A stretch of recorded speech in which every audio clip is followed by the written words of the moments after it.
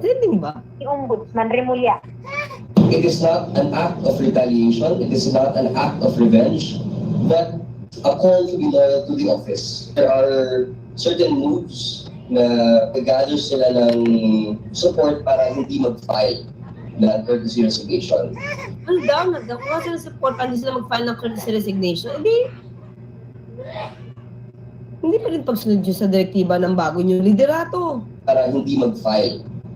A call to be loyal to the office. There are certain moves na nag-gather sila ng support para hindi mag-file ng courtesy resignation. Di ba? Doon pa lang, makikita mo na mga katulad. Doon pa lang sa action na yan, namukuha sila sa una, hindi na yan pagtalima sa order ng bagong leader. Pangalawa, ayaw na lang magbitaw. Bakit? Back up pa rin ba sila ni Ombudsman? O back up sila ng isang nagnanais umupo sa posisyon? Nako po. Bakit? Nagkabulgara Bakit hindi na. nyo hayaan yung bagong liderato to start anew with his own team? Milk chocolate and peanut butter. Milk chocolate and peanut butter. Alright mga Milk chocolate kababayan, and peanut butter.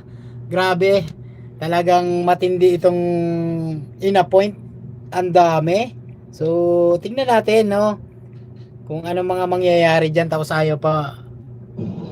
And the Ombudsman is aware of that. Good evening sa lahat, ha? Good He is evening po. giving another chance to these individuals na mag-file talaga ng courtesy resignation nila as a show of good faith. At yan, ang balitang kumpirmado, sigurado, ito. Diba? Nakita ko na nakita ko na. Pag in-analyze mo to, unang-una, pag ikaw paalis ka na ng pwesto, pa-retire, pa-retire.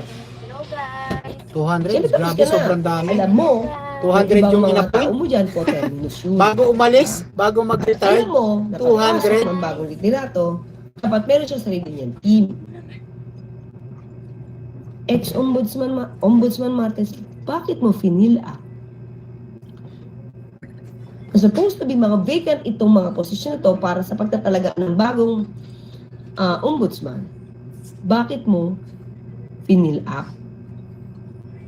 Ayaw mo na yung bagong ombudsman may tao siyang sarili? Para lahat ng tao dyan, tao mo pa rin? Nabisto. Spy? Nabisto ang galawan. Spy daw. Nako po. Spy mo? Question mark. Hindi pala, mali. Question mark pala. Nagtatanong lang. Spies.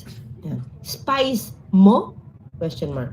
Dami. Baka spicy Mura. yan, Sir ay Diba? Attorney Claire. Ano nasa sa isip ng isang ex-ombudsman Martres sa pagtatalaga at pag-appoint ng 204 204, grabe. personnel or people sa Office of the Ombudsman? 204. Alam na this, 'di ba mga kababayan? Ibig sabihin nito, may iniingatan ito na hindi dapat mabulgar. No, biruin nyo 204 na bagong in-appoint bago siya